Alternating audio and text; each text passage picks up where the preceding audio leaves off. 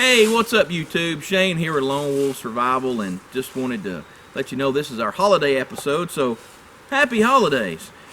This week we're going to be demonstrating a cold weather shelter, improvised inclement weather shelter out here, and we've got some basic building materials put up, and everyone does the lean-to system, and they use natural fall, and they use stack leaves or bamboo or cane or whatever that is. But we're using 2 tarps, and we're going to make an improvised cold weather lean-to, complete with a radiant fire deflector in front. And this all is going to take about 30 minutes to knock this out. So I'm going to show you. If you look over to my right here, we've already got some of our materials put out. We're cleaning the area up behind us. Paul and Dan are getting that prepped. We're going to go ahead and get the ridge poles and the support pole in place, and then we'll be back and we'll show you how we're going to skin it and how we're going to actually weatherproof this thing. So we'll be back in just a minute. Got to rerun it? Yep. Go all the way around the other side, over top. Yep. All the way under. Underneath the ridge pole. There you go. Yep. Just like that. All the way under, back over, come back this way. Yep, you go ahead and tie it off, and then you can come back and you can put more lashing on it. So just get it the whole. So what they're doing right now is we're actually putting in the main support pole, and they're lashing the pole in between these 2 trees. And this is going to be the height of our lean-to, which is about shoulder height on me. And as the lean-to goes back, it's going to get narrow, and that's going to be the sleeping area. So this is going to be our common area up here where our gear and stuff goes. So when you're putting these ridge poles, when you're putting your main support pole up, the weight of the pole itself is going to push down on the lashings. And you can lash it as many times as you want. Normally you're going to carry paracord, some kind of jute cord, anything you want to use. We're using nylon, yellow nylon cord right now so that it's visible on camera. This stuff is cheap. Not good for long-term use because the fibers start breaking down. So, you know, a paracord or something with a little more strength, a little more integrity. But for right now, that way you can see the actual lashing. This will get you another good long piece there, Dan. Make sure you get her good and lashed in there. We'll start laying the ridge poles on there. And then what I'm going to start doing is I'm going to start cutting the cordage for the support poles that are going to go off the back side. And these don't have to be very long. And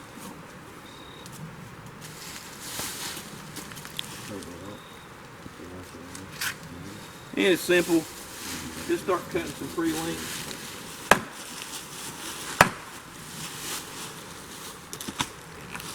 All right, go ahead and get your ridge poles and go ahead and lay them where you want them, and go ahead and lash them in.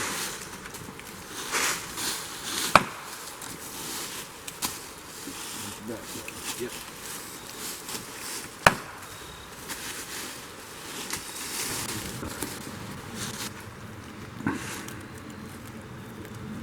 So all I'm doing now is I'm just lashing my ridge poles down to my main support pole. And this is what the tarp is going to skin to. I'm only using 3 because that's all I need. One important thing that you want to do is make sure that your spacing is fairly even. And you want to make sure the distance to the top of the pole and the bottom of the pole is pretty much the same. And we'll secure the bottom down in just a minute. And when you're lashing, it's the same technique. You're doing the exact same way as you were before when you were lashing down the main support pole itself. You just cross over and then come back. And then you're going to tie that off. And you can lash it as many times as you want, as strong as you want. It depends on what kind of weather you're in. If it was in high wind, you may put a little more lashing on it. You may actually put some weight sticks on the bottom and lash those down. This is pretty solid. This is going to work good for us tonight. Spread it widthways.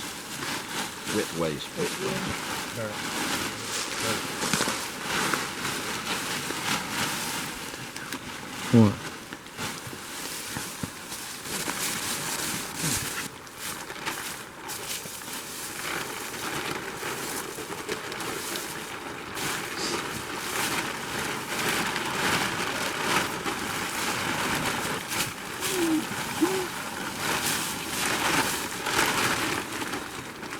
All right, let it sag over the sides, son. What you got, Dan? I got about Do we need to pull that other pole in a little bit? Tighten it up a little bit so we can get a little more overlap. Well, we got 3 of us getting in there. Yeah, it's gonna take a little bit.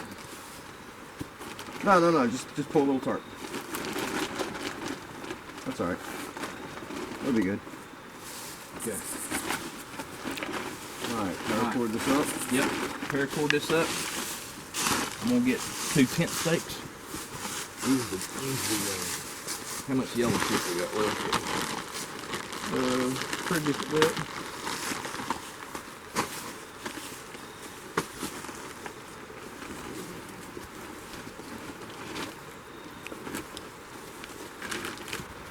Okay, so we're back, and as you can see, we've already lost lights. Getting dark on us. We've got some area lights to kind of so we can show what's going on. A lot of times in this situation, you're not going to have this option. You'll be working in darkness. We still got to get a fire going. We've got the roof on here. We've got our sleeping area. We've got it staked down on the sides. We've got a little bit more to do. We're going to put our heat reflector up on the front. Go ahead and get our fire area out. And Dan and Paul's going to get a fire going. And then we're going to show you how we'll bed down in the night. But we took all the leaves out in our front area and we raked them in. And we've got a good bedding underneath this tarp. It's going to keep us off the ground, some padding and a little bit of heat. So we're supposed to get down to about 48, 50 degrees tonight. So not super cold. If it was getting colder or we had some kind of rain or some kind of mist, or so, we would go ahead and enclose the sides a little more. But we'll show you a couple other things that you can do. We tighten this up and get ready for the night. Be back in just a minute. All right, so we're back and it's getting dark fast. So what we're doing now is this is an emergency solar blanket. It's one of the heavy gauge ones. We're using it as a reflector. All right, so we're going to tighten it up a little bit. And this is going to be our fire area right here, right in front of our lean-to. So we're going to get a fire going, and what's going to happen is that rate of heat's going to hit this reflector, and it's going to throw it back this way. We got some plastic we're going to put in on the sides and kind of tuck in a little bit. And when we're done, we'll come back and we'll show you the finished product. So what we're doing now is Dan had a piece of plastic in his bag, and we're going to use this, and I'm going to take and I'm going to put this on the sides kind of as a little heat reflector. And all I'm going to do is I'm going to take this and I'll drape it over and I'll stake it down. I'll tuck it under, put a couple sticks in it just to kind of act as a side piece for this. That way I don't have to get a lot of deadfall and stack a bunch of brush up, because this is just an overnight setup that we're using. This is just to keep us out of the elements until we pack up and we head back out tomorrow. So we're going to get a fire going. I'm going to get these tucked in, and we're going to show you how the fire reflector works, and we're going to get in here, and we'll be back in a few minutes. Oh.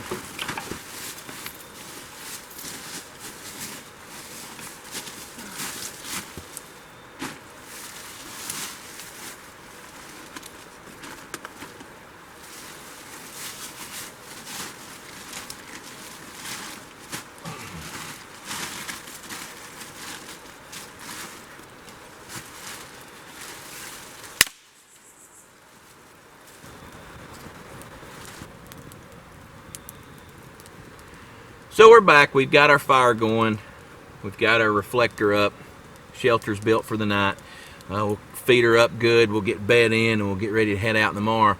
So you can see it doesn't take a lot of materials. You don't have to cut everything down in the woods. You don't have to have a lot of gear with you. All this is carried in 2 backpacks. We got a decent shelter for the night that we can pack up, take with us. It's mobile. We move it to the next area we go. So not complicated. It's not rocket science. So this is just an example to show you what you can carry with you and how simple it is to put together a basic structure with a decent fire shield. Like I said, it's going to get down 48, 50 degrees tonight. We're going to be fine. We got our bags with us, so we're going to be good to go. So we'll summarize up, and we'll be back in just a minute. Okay, we're back. Fire's going. We're bedded in. This is where we're going to be for the night. We'll pack everything up in the morning. We'll head back out on the trail. So like I said, just something simple that you can put together. 3 of us can sleep comfortably in here. It's Not real bad weather. If it was, we'd tighten it up some. We could put a front on it. No need for it where we're at tonight. So, as always, from Lone Wolf Survival, I'm Shane. Dan. And I'm Paul. And Happy happy holidays.